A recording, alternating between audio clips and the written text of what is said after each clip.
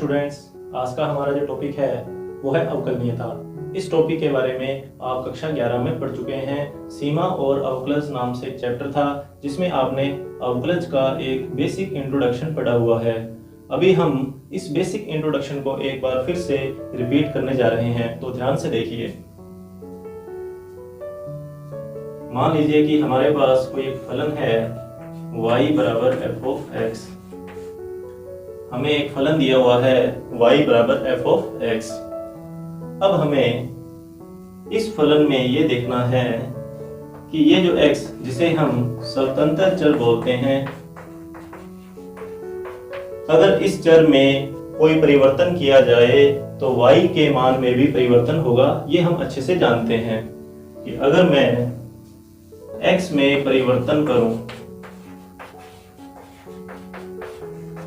अगर हम x में परिवर्तन करें तो y के मान में भी क्या आएगा? परिवर्तन होगा। x में परिवर्तन करने पर y जिसे हम स्वतंत्र चर बोलते हैं, y के मान में भी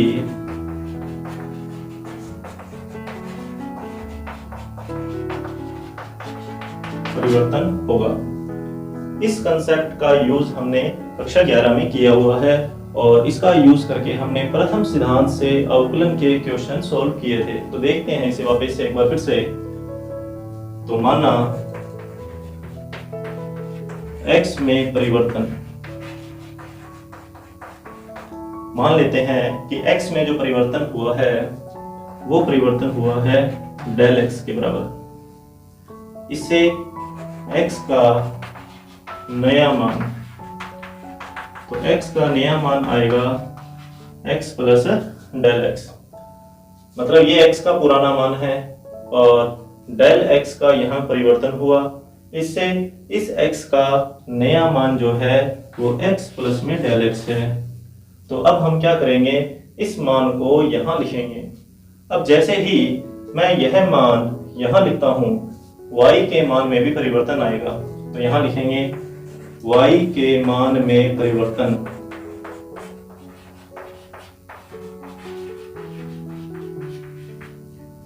तो मान लेते हैं कि y के मान में जो परिवर्तन हुआ है वो डेल y का हुआ है। जो y के मान में परिवर्तन है वो डेल y का है। तो y का नया मान,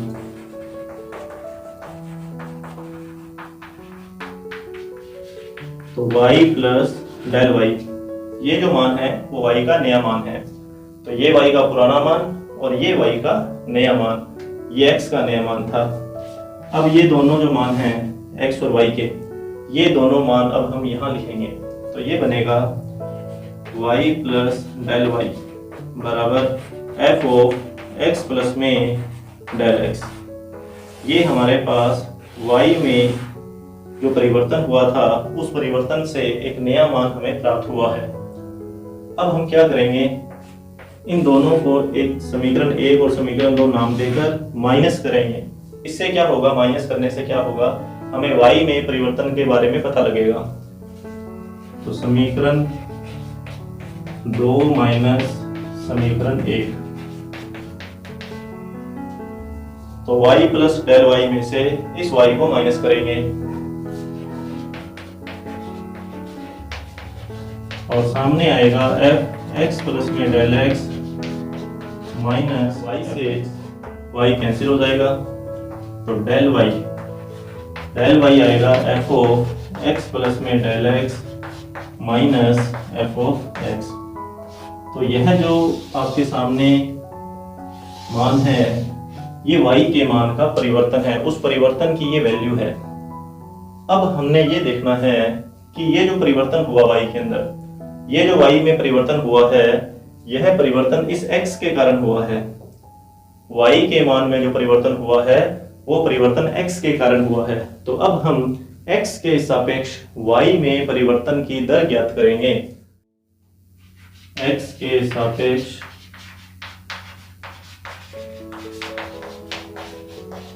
परिवर्तन की दर,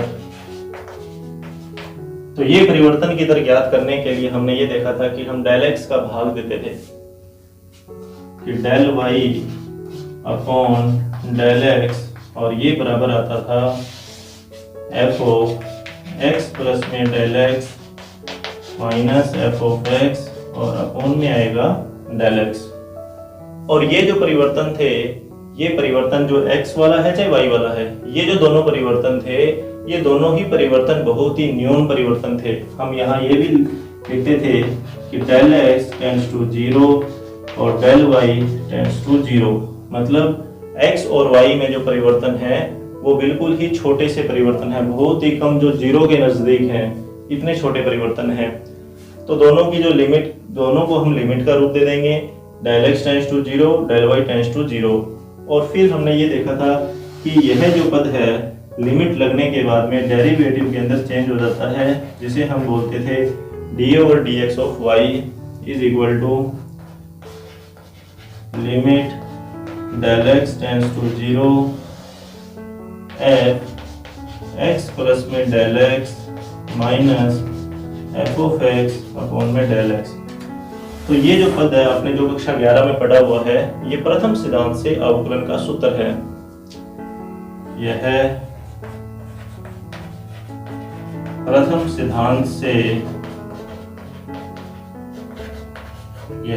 सिद्धांत से अवकलन ज्ञात करने का सूत्र है।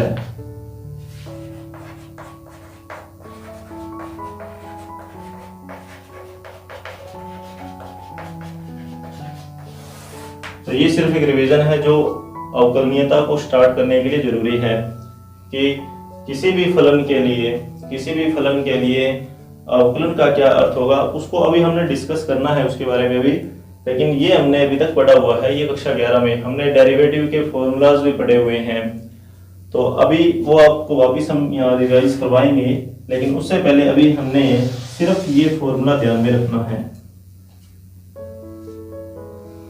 आप इसे नोट कर सकते हैं पॉज करके। तो अभी हमारा टॉपिक है अवकलनीयता। अब इस अवकलनीयता को समझना है कि अवकलनीयता क्या है। तो इसको समझने के लिए देखिए, हमें सबसे पहले तो माना कोई फलन, फिर से y बराबर एफ ऑफ एक्स,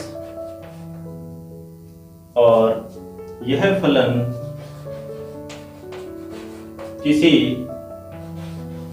विवृत अंतराल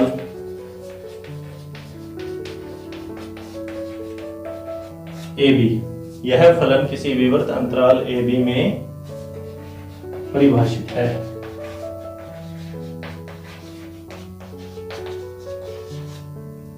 हमने मान लिया कि यह जो फलन है वो किसी विवृत अंतराल AB में परिभाषित है, तथा माना यह एक वास्तविक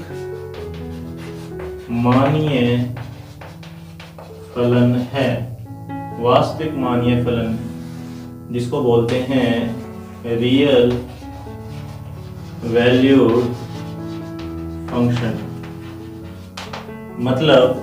मतलब इसका यह है कि ये जो अंतराल है, इस अंतराल के आधार पर यहाँ पे जब x का मान लिखा जाएगा तो इसको हल करने पर जो y का मान आएगा वो हमेशा रियल रहेगा, मतलब y का जो मान है वो क्या रहेगा, वास्तविक रहेगा। तो इसको बोला हमने रियल वैल्यूड फंक्शन।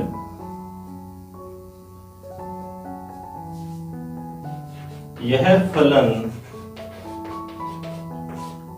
फलन अंतराल AB के किसी बिंदु C, हमने क्या किया, इस अंतराल का एक बिंदु मान लिया C। यह फलन अंतराल AB के किसी बिंदु C पर अवकलनीय है।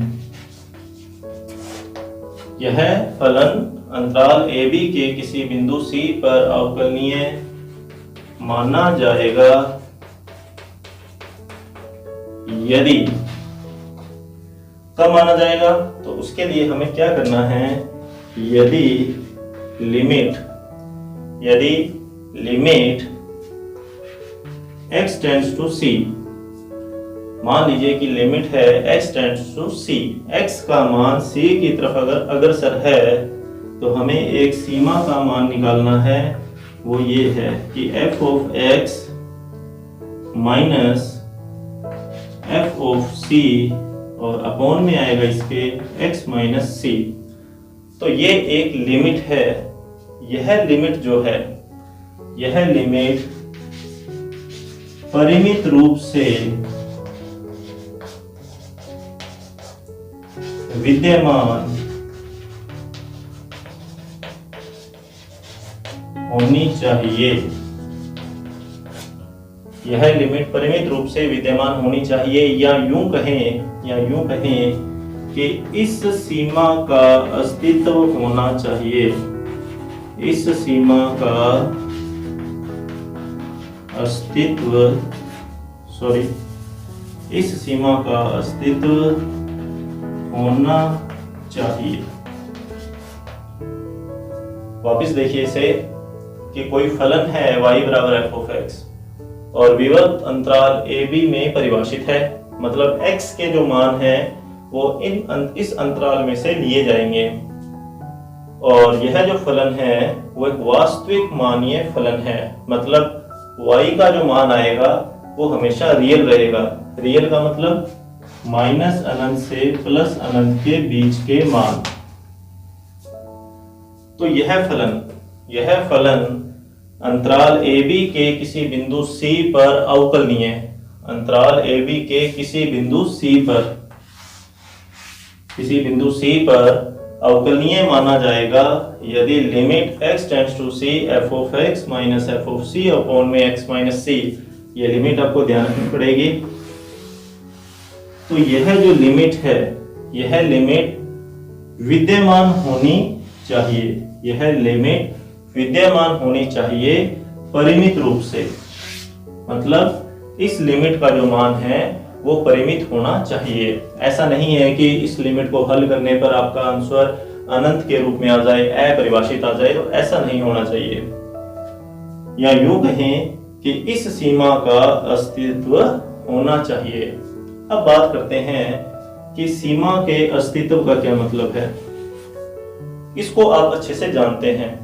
सीमा के अस्तित्व का मतलब है कि बाईं सीमा और दाईं सीमा का मान हमेशा क्या रहना चाहिए, बराबर रहना चाहिए।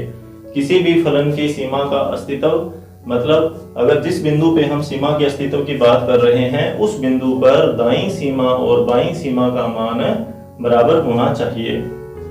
तो हमें इसकी सीमा के अस्तित्व की बात करनी है कि इसकी जो सीमा है इसका अस्तित्व है या नहीं, तो उसका कैसे पता लगेगा। तो उसके लिए हमें क्या करना पड़ेगा, इस C के लिए दाईं सीमा और बाईं सीमा का मान ज्ञात करना पड़ेगा। अभी हम अवकलनीयता को डिस्कस कर रहे हैं, इसलिए मैं यहाँ पर दाईं सीमा और बाईं सीमा नहीं बोलूंगा, मैं यहाँ पर क्या बोलूंगा, दायां अवकलज और बायां अवकलज। मतलब वैसे तो हम जानते हैं कि दाईं सीमा और बाईं सीमा बराबर होगी तो सीमा का अस्तित्व हो जाएगा, करना सब कुछ तो वही है, लेकिन यह सब हम अवकलनों के संदर्भ में पढ़ रहे हैं, इसलिए हम यहाँ पर क्या बोलेंगे कि यहाँ इसकी सीमा का अस्तित्व कब होगा, जब इस बिंदु पर दायां अवकलज और बायां अवकलज वो दोनों मान आपस में क्या हो, बराबर हो। तो देखते हैं इसे भी। तो अभी देखिए कि दायां अवकलज और बायां अवकलज हम कैसे ज्ञात करेंगे। तो पहले हम लिखते हैं यहाँ पे फिर से कि y बराबर f ऑफ x और बिंदु x बराबर c पर अवकलनीयता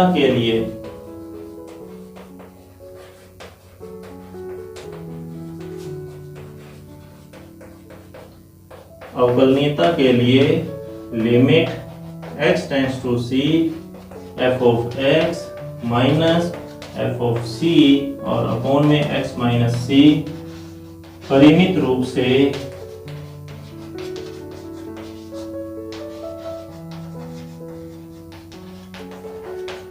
विद्यमान हो। ये अभी तक हमने देखा। तो हमने ये देखना है अभी कि यह विद्यमान कब होगा, ये जो लिमिट है ये कब विद्यमान होगी। तो यह लिमिट विद्यमान कब होगी, जब इसके लिए दाईं सीमा और बाईं सीमा क्या हो, बराबर हो, या यूं कहें कि दायां अवकलज और बायां अवकलज बराबर हो। इसके लिए हमने दायां अवकलज और बायां अवकलज ज्ञात करना है। तो यहां लिखेंगे सबसे पहले कि x बराबर c पर दायां अवकलज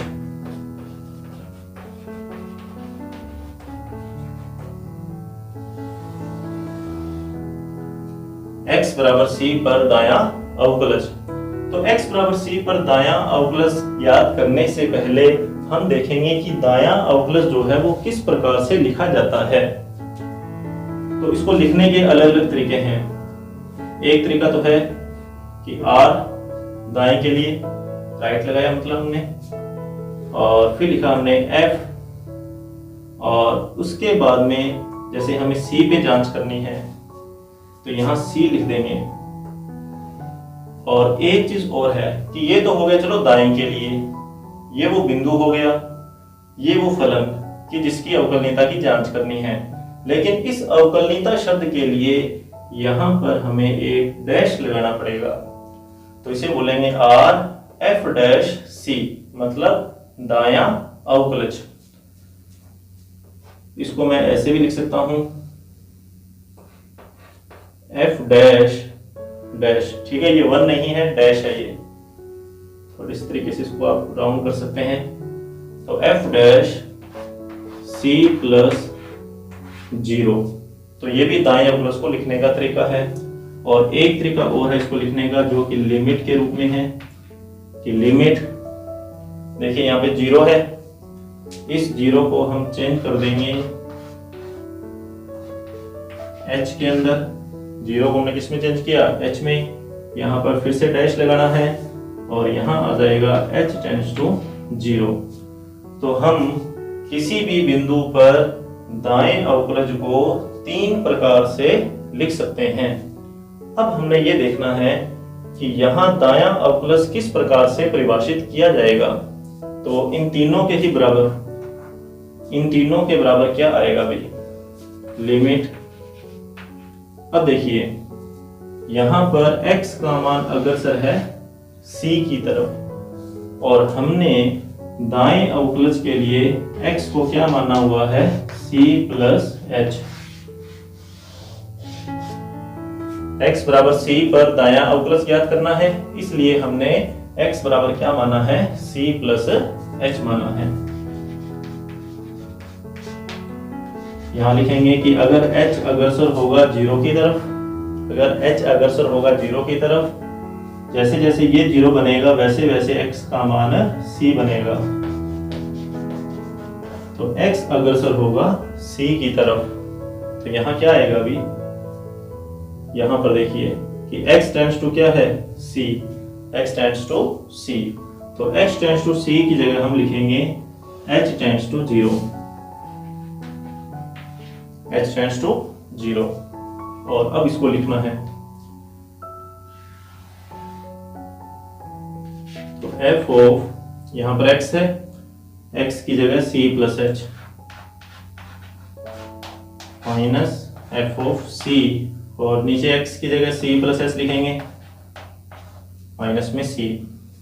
ठीक है, यहां पे c प्लस s लिख दिया, तो ये c से c कैंसिल हो जाएगा। तो हमारे पास r f dash c, r f dash c, r f dash c का मान आया limit h tends to 0 f of c plus h minus f of c, और अपॉन में आया h। तो ये है दायां अवकलज किस बिंदु पर, x बराबर c पर। तो ये तो है दायां अवकलज। अब हमें क्या, कौन सा मान ज्ञात करना है, अब हमें ज्ञात करना है बायां अवकलज। तो बाएं अवकलज में देखिए क्या होगा, आप वो खुद भी ज्ञात करके देख सकते हो।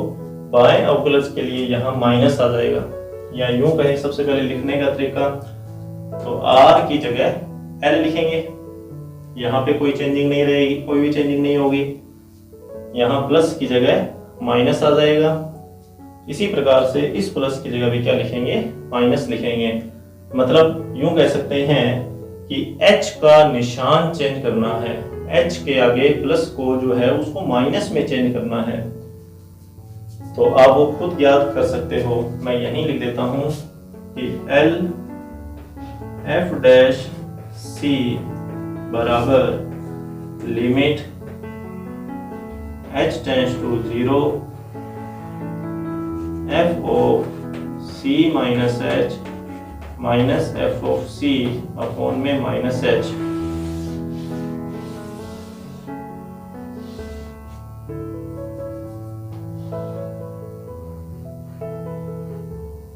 तो ये है बायां अवकलज। हमें क्या करना था, हमने इस सीमा को विद्यमान करना था या सीमा के अस्तित्व को देखना था। तो सीमा का अस्तित्व कब होता है, जब उसकी दाईं सीमा और बाईं सीमा बराबर हो। और ये सब हमने अवकलनीयता के अंदर करना है, इसलिए दाईं सीमा और बाईं सीमा न बोलकर हम इसे दायां अवकलज और बायां अवकलज बोल रहे हैं। तो ये तो सूत्र है दाएं अवकलज का, और ये सूत्र जो है वो किसका है, बाएं अवकलज का। तो अगर ये दोनों बराबर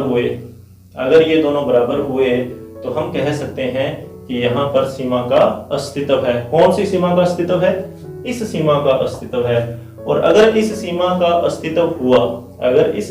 अस्तित्व हुआ, तो हम बोल सकते हैं कि यह फलन बिंदु x बराबर c पर क्या है, अवकलनीय है। तो अवकलनीयता के अंदर हमें क्या करना है, अवकलनीयता के अंदर हमें जो भी बिंदु दे रखा है उस बिंदु पर दायां अवकलज और बाएं अवकलज का मान ज्ञात करना है। वो दोनों मान जो है वो आपस में क्या होने चाहिए, बराबर होने चाहिए। अगर वो दोनों मान आपस में बराबर हुए तो हम बोलेंगे कि यह फलन x बराबर c पर अवकलनीय है। अच्छा, इन दोनों में से कोई एक मान भी अगर अपरिभाषित हुआ, अनंत आ गया या माइनस अनंत आ गया, तो हम बोल सकते हैं डायरेक्ट कि यह फलन x बराबर c पर अवकलनीय नहीं है। तो अभी हमने देखा कि कोई फलन किसी बिंदु पर अवकलनीय होगा, कब होगा, जब r f डैश c बराबर हो l f डैश c के। मतलब दायां अवकलज बराबर होना चाहिए बाएं अवकलज के। इसको आपने क्या लिखा था कि limit h tends to 0 f of c plus h minus f of c और अपॉन में h, और ये बराबर होना चाहिए limit h tends to 0 f of c minus h minus f of c और अपॉन में माइनस h। ये दोनों मान आपस में क्या होने चाहिए, बराबर होने चाहिए। अब हमने ये देखना है कि इस अवकलनीयता का मतलब क्या है।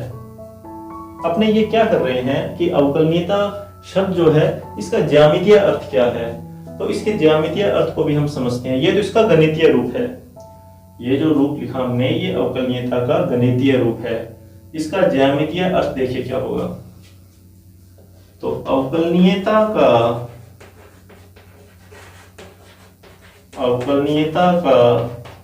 ज्यामितीय अर्थ, मतलब ये जो हम ज्ञात कर रहे हैं ये है क्या, ये वास्तव में क्या है, ग्राफ में इसका क्या रोल है।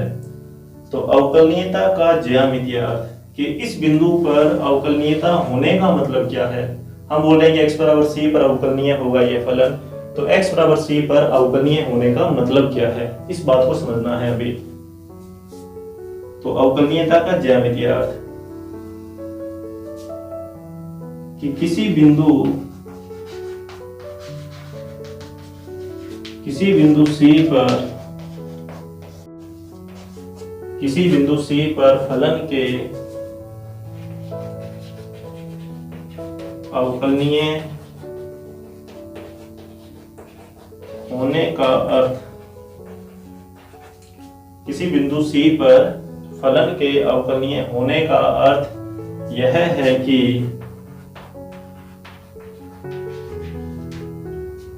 है कि उस बिंदु C पर फलन के ग्राफ पर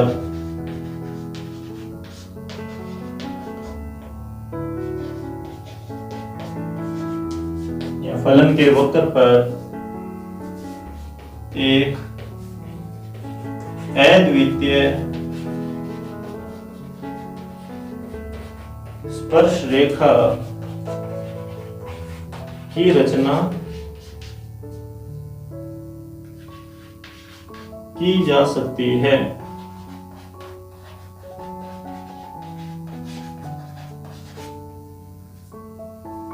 ये अवकलनीयता का ज्यामितीय अर्थ है कि किसी बिंदु C पर फलन के अवकलनीय होने का अर्थ यह है कि उस बिंदु C पर फलन के वक्र पर एक अद्वितीय स्पर्श रेखा की रचना की जा सकती है, अवश्य की जा सकती है।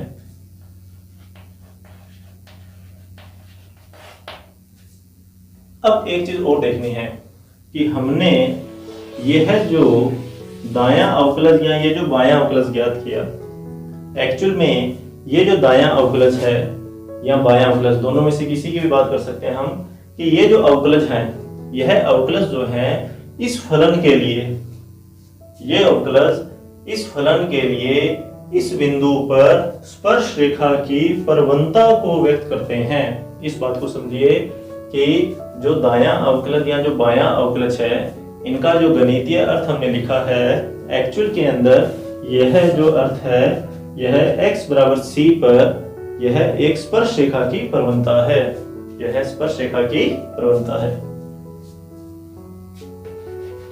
x बराबर c पर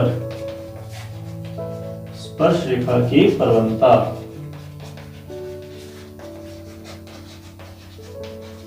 और ये जो स्पर्श रेखा है, ये कैसी है? अद्वितीय। और अभी हम ये सब वापस एक ग्राफ से समझेंगे। तो अब हम इसे एक ग्राफ से समझेंगे। तो देखिए किस तरीके से समझना है इसे ग्राफ द्वारा।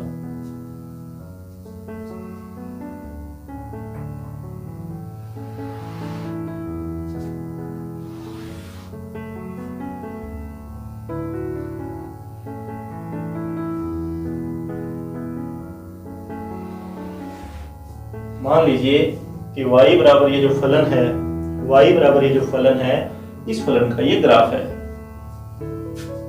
ये है y बराबर f(x) और इसके बाद में ये जो बिंदु है x बराबर c, मान लीजिए कि यहां पर है।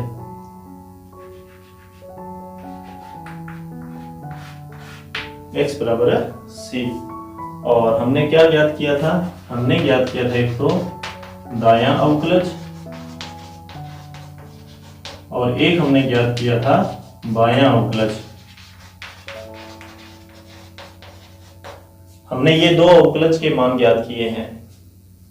तो दाएं अवकलज के लिए हमने क्या यूज किया था? c प्लस h का, और बाएं अवकलज के लिए हमने यूज किया c माइनस h का। तो यहां देखिए कि मान लो कि ये है c प्लस h, c से बड़ा मान है, और यह मान इधर से c माइनस h है।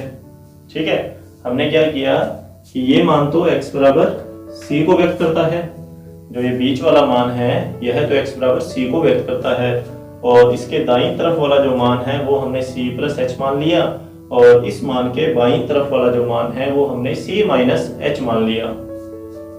अब अगर मैं यहां पर कोई एक बिंदु बनाऊं, यहां पर एक बिंदु ले लिया हमने और इसको नाम दे दिया a। ठीक है, तो a बिंदु के निर्देशांक क्या बता सकते हो? a बिंदु के निर्देशांक क्या होंगे? मतलब a बिंदु के लिए x और y का मान क्या होगा? a बिंदु के लिए x और y का मान, तो देखिए a बिंदु के लिए x के मान में तो कोई भी दिक्कत ही नहीं है। a बिंदु के लिए x का मान कितना है? c minus h। यहां लिखेंगे c माइनस h।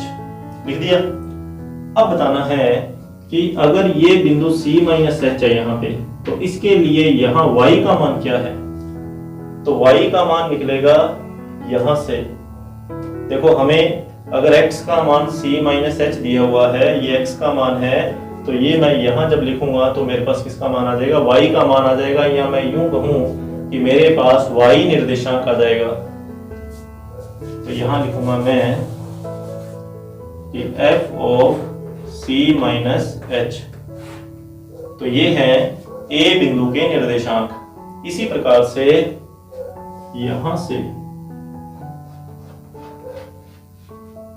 मैं यहां पे कोई एक बिंदु ले रहा हूं जिसको नाम दे दिया मैंने B, तो अब मैं लिखूंगा B के निर्देशांक।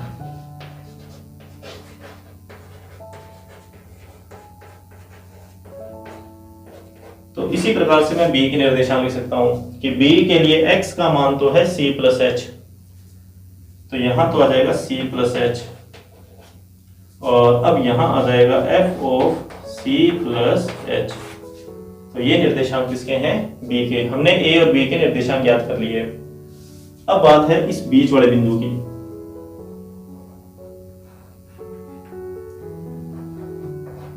यहां पर हमने बिंदु मान लिया P, तो P बिंदु के निर्देशांक, P के निर्देशांक,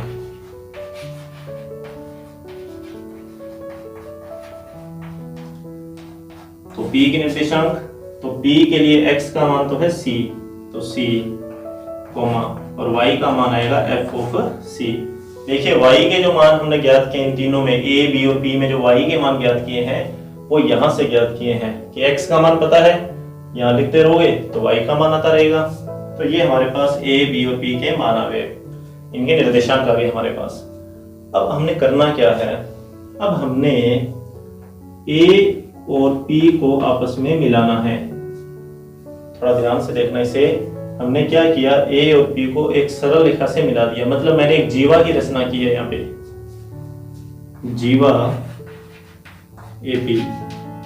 और हम ये रचना क्यों कर रहे हैं, हमने यहाँ पे बात की है प्रवणता की। हमारा जो मकसद है वो प्रवणता ज्ञात करना है। तो मैंने क्या किया, A और P को आपस में मिला दिया, तो जीवा बनी AP।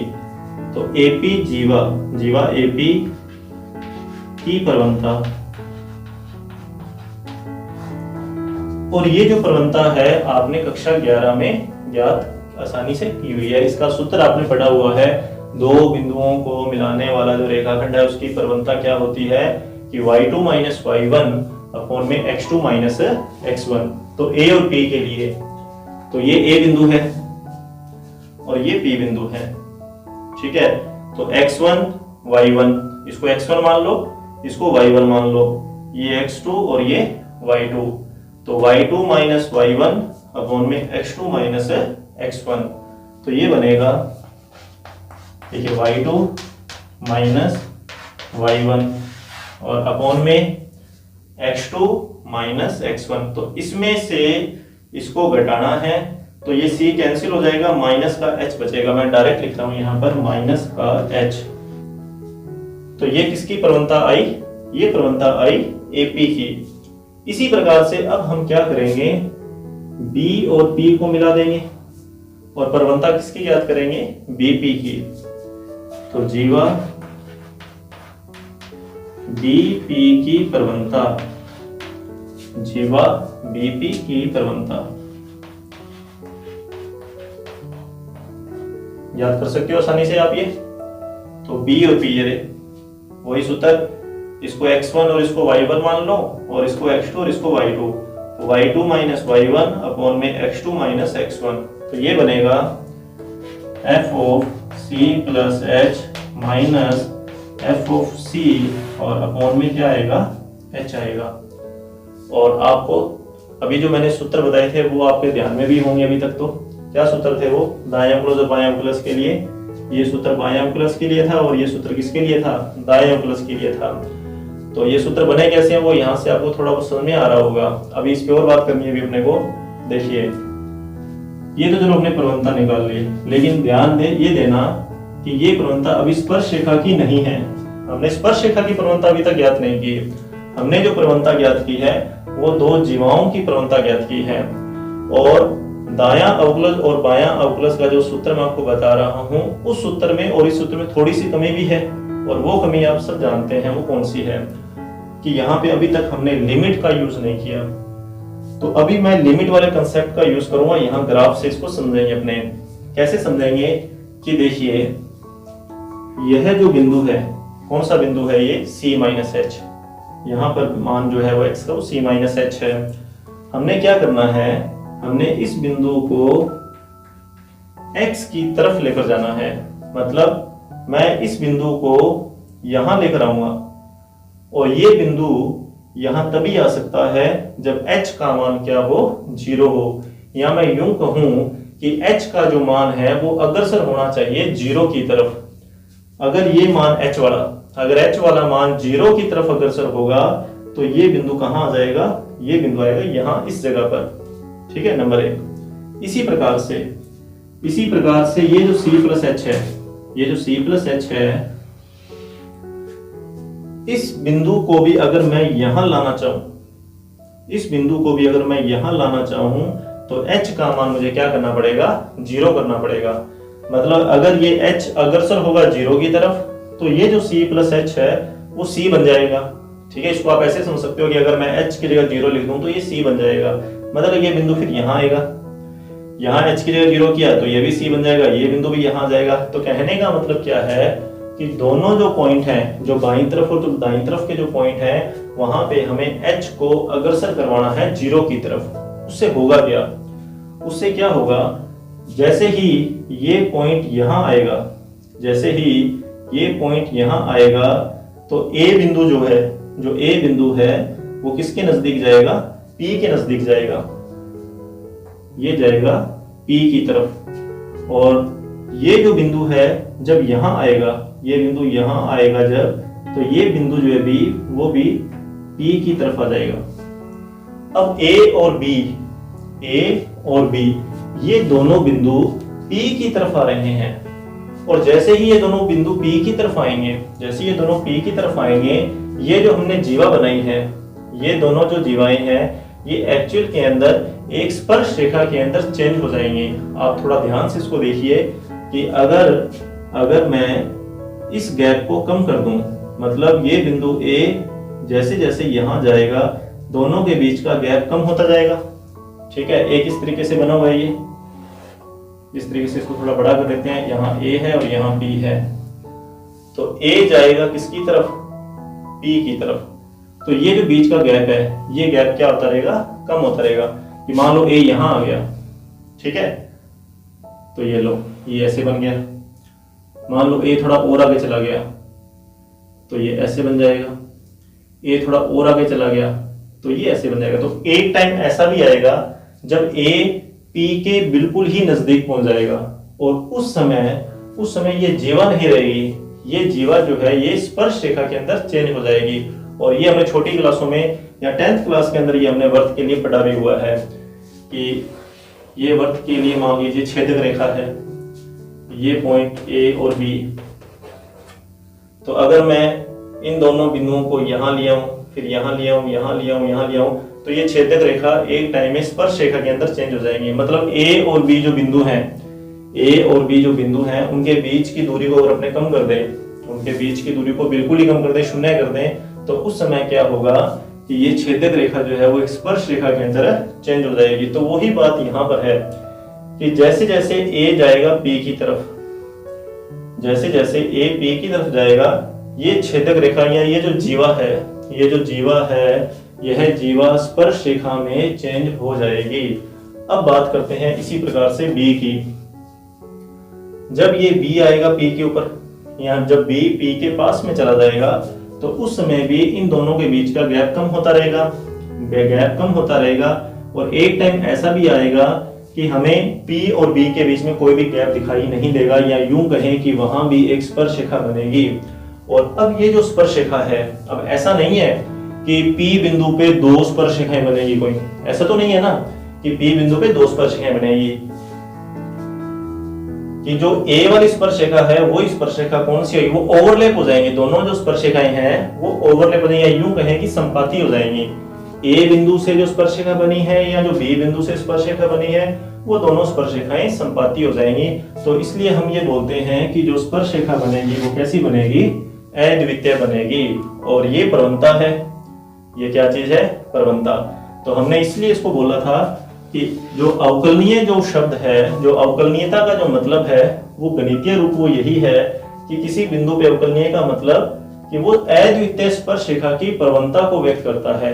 दायां अवकलज या बायां अवकलज, ये जो दोनों अवकलज हैं ये उस बिंदु पर, जिस बिंदु पे हमें अवकलनीयता की जांच करनी है, उस बिंदु पर ये स्पर्शरेखा की प्रवणता को व्यक्त करते हैं।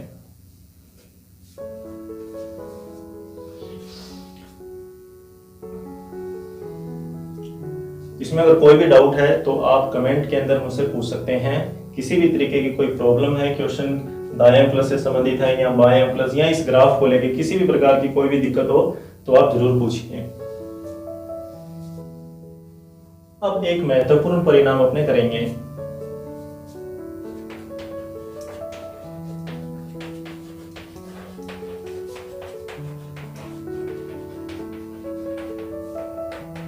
और बिल्कुल ही आसान सा है ये कि प्रत्येक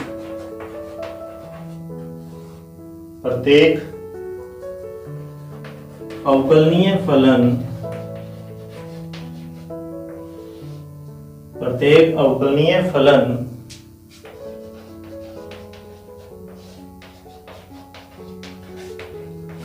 संतत होता है। मतलब कोई भी फलन अगर वो अवकलनीय है, मतलब अगर किसी फलन के लिए दायां अवकलज और बायां अवकलज अगर बराबर है तो वो फलन संतत जरूर होगा। देखिए अवकलनीयता का मतलब हमने भी समझा था। अवकलनीयता का मतलब क्या है कि जिस बिंदु पर फलन अवकलनीय है उस बिंदु पर एक अद्वितीय स्पर्शरेखा की रचना की जा सकती है। अब आप सोच के देखिए कि अगर किसी बिंदु पे स्पर्शरेखा की रचना हो रही है तो इसका मतलब वहां पे ग्राफ का हिस्सा तो है ना कोई। ऐसा तो नहीं है कि वहां पे ग्राफ टूटा हुआ है, वहां पे ग्राफ का कोई ना कोई हिस्सा है, इसीलिए हम वहां पे एक स्पर्शरेखा की रचना कर पा रहे हैं। तो यहां से भी हम समझ सकते हैं कि जो अवकलनीय फलन होगा वो संतत जरूर होगा। अब इसको समझना है एक गणितीय रूप से और समझेंगे, और अब हम इसे गणितीय रूप से भी करके देख सकते हैं। तो मान लीजिए कि हमारे पास ये एक अंतर है, ठीक है। फलन हमारे पास y बराबर एफ ऑफ एक्स है और x बराबर c जो है वो कोई एक बिंदु है। हमने f x minus f c को लेके चलना है। क्या मैं इसको ऐसे लिख सकता हूँ, f of x minus f of c upon में x माइनस सी और गुणा में x माइनस सी। ऐसा लिख सकते हैं अपने अंश व्यवहार में x माइनस सी का हमने क्या किया, भाग दे दिया। सॉरी, अंश व्यवहार में x माइनस सी का हमने गुणा किया है। अब देखिए क्या करना है, अगर मैं दोनों तरफ लिमिट लगा दूं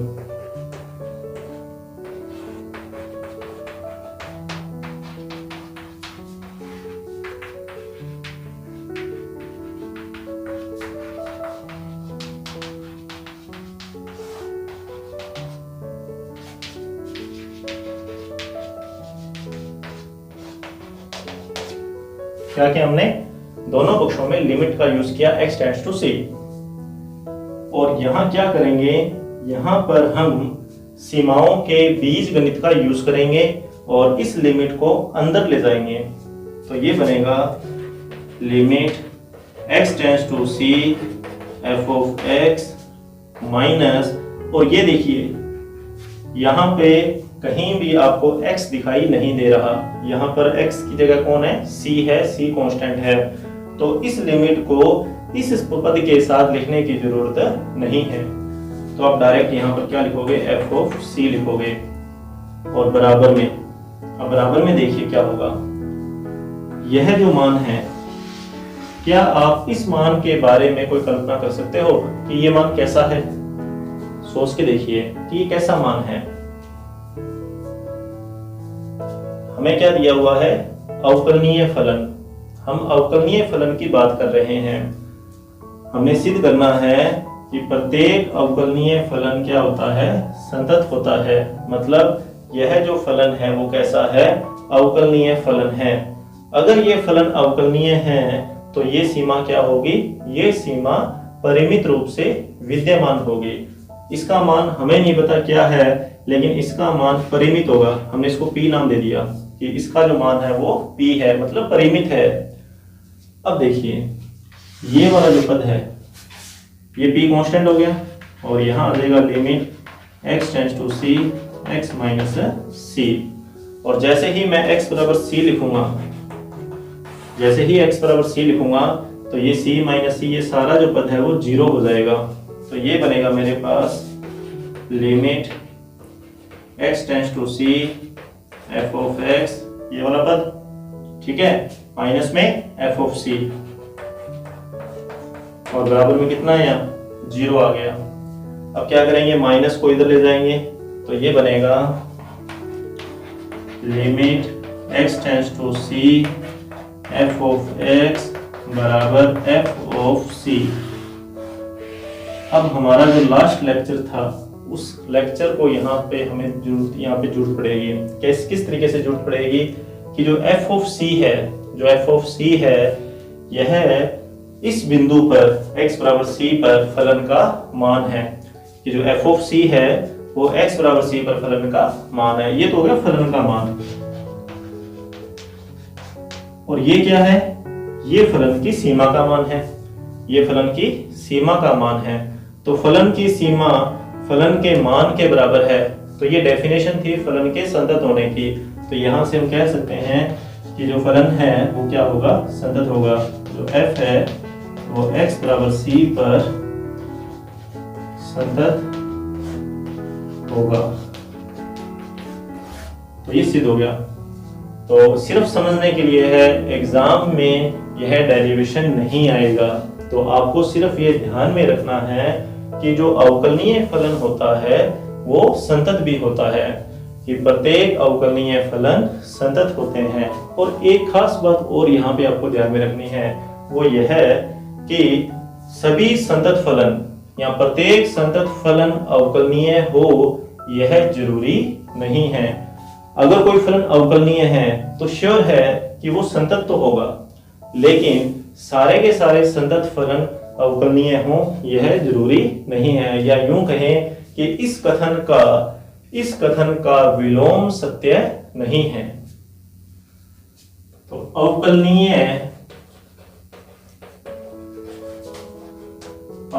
फलन क्या होते हैं, संतत होते हैं। अवकलनीय फलन संतत होते हैं, लेकिन संतत फलन अवकलनीय हों यह जरूरी नहीं है। हो भी सकते हैं, नहीं भी हो सकते, जरूरी नहीं है। अगर कोई फलन अवकलनीय हुआ तो निश्चित रूप से वो क्या होगा, संतत होगा। लेकिन अगर कोई फलन संतत है तो यह जरूरी नहीं है कि वो अवकलनीय भी होगा। एक ग्राफ से हम इसको आसानी से समझ सकते हैं।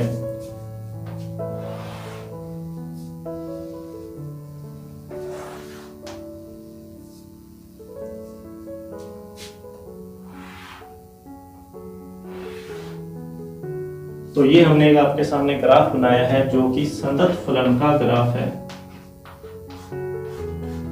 मतलब ग्राफ का कोई भी हिस्सा कहीं से भी टूटा हुआ नहीं है। अब अगर मैं बात करूं कि यहां पर अगर x बराबर c कोई पॉइंट है, मतलब ये, क्या इस बिंदु पर फलन अवकलनीय है? तो नहीं है। कारण यह है कि इस बिंदु के लिए मैं एक से ज्यादा स्पर्श रेखाओं की रचना कर सकता हूं, या यूं कहें कि इस बिंदु के लिए स्पर्श रेखाओं की जो रचना है वो अद्वितीय नहीं है। हम एक से ज्यादा स्पर्श रेखाएं बना सकते हैं।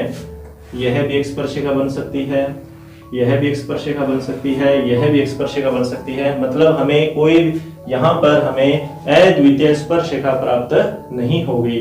तो ये ध्यान रखना है आपको कि अगर कोई फलन संतत है तो वो अवकलनीय हो यह जरूरी नहीं है।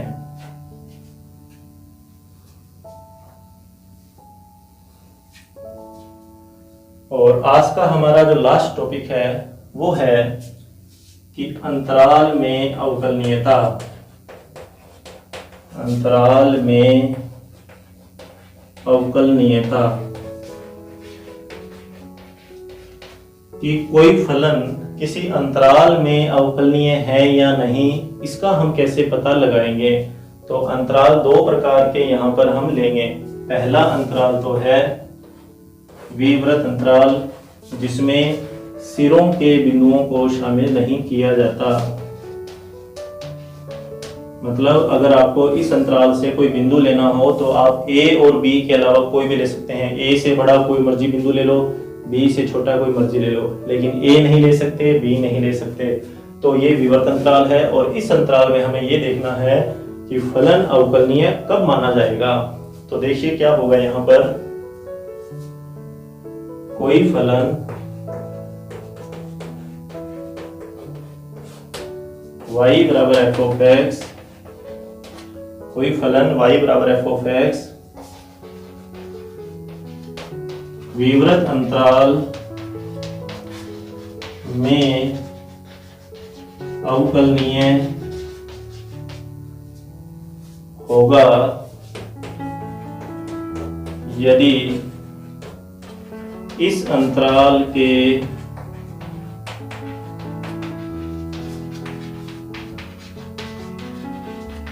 प्रत्येक बिंदु पर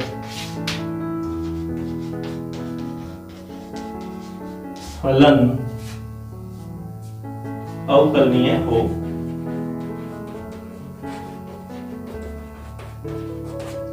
मतलब इस अंतराल में चाहे कितने भी बिंदु हों, उन सभी के लिए दायां अवकलज और बायां अवकलज जो है वो क्या होना चाहिए, बराबर होना चाहिए। इस अंतराल में जितने भी बिंदु होंगे, मतलब जैसे मान लीजिए कि हमारे पास अंतराल है -π/2 से +π/2 का विवर्त अंतराल है, तो -90 से +90 के बीच में जितने भी बिंदु हैं, -90 से +90 के बीच में जितने भी बिंदु हैं, उन सब बिंदुओं के लिए दायां अवकलज और बायां अवकलज क्या होना चाहिए, बराबर होना चाहिए। और अब बात करते हैं नंबर 2 संवृत अंतराल की।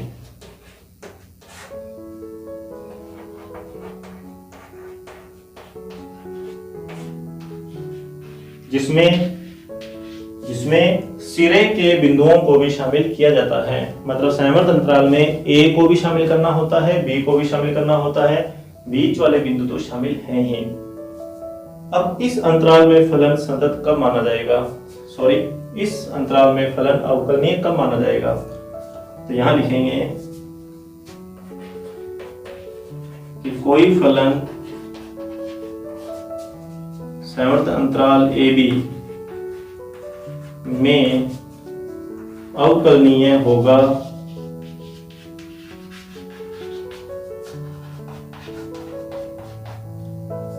कोई फलन संवृत अंतराल ए बी में अवकलनीय होगा यदि नंबर एक। तो पहला पॉइंट इसके अंदर जो है वो ये है कि इस मतलब अगर ए और बी को छोड़ दिया जाए तो इस अंतराल में फलन क्या होना चाहिए, अवकलनीय होना चाहिए।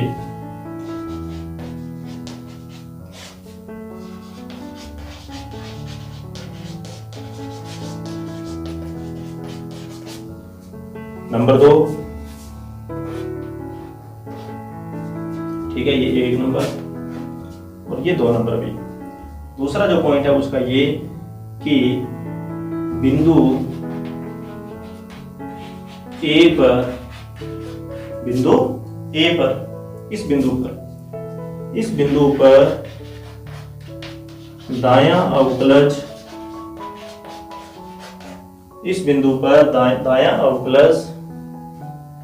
परिमित हो। मतलब दाएं अवकलज का अस्तित्व होना चाहिए, दायां अवकलज विद्यमान होना चाहिए। और नंबर 3, बिंदु बी पर बिंदु B पर बायां अवकलज क्या होना चाहिए? परिमित होना चाहिए।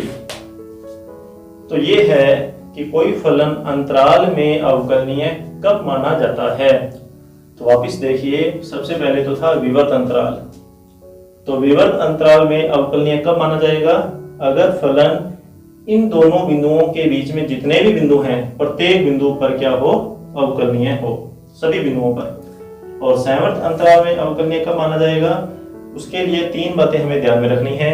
पहली बात यह है कि इससे जो विवर्त अंतराल बनेगा उसमें फलन क्या हो? अवकलनीय हो। इसमें अवकलनीय कब होगा?